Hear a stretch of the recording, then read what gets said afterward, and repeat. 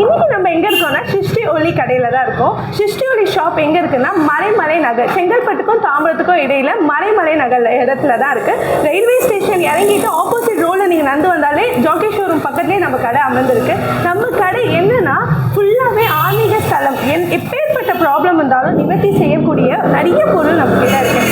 ஆலயத்துலேருந்து ஸ்ட்ரெயிட்டாகவே நம்ம கடைக்கு வந்து திருப்பி நம்ம பூஜை செய்யப்பட்டு தான் உங்களுக்கு வழங்கப்படும். ஸோ இதே பேருக்கு சிருஷ்டி ஒளினா என்ன தெரியல. ஸோ அதுக்காக தான் ஃபுல் ஒரு வீடியோவே ஒரு சிருஷ்டி ஒளி டூர் தான் நம்ம இப்போ பார்க்க போகிறோம். நம்ம கடையில் என்னென்ன ப்ராடக்ட்லாம் இருக்குதுன்னு சொல்லிட்டு பார்க்கலாமா? சரி, ஃபஸ்ட்டு வாங்க.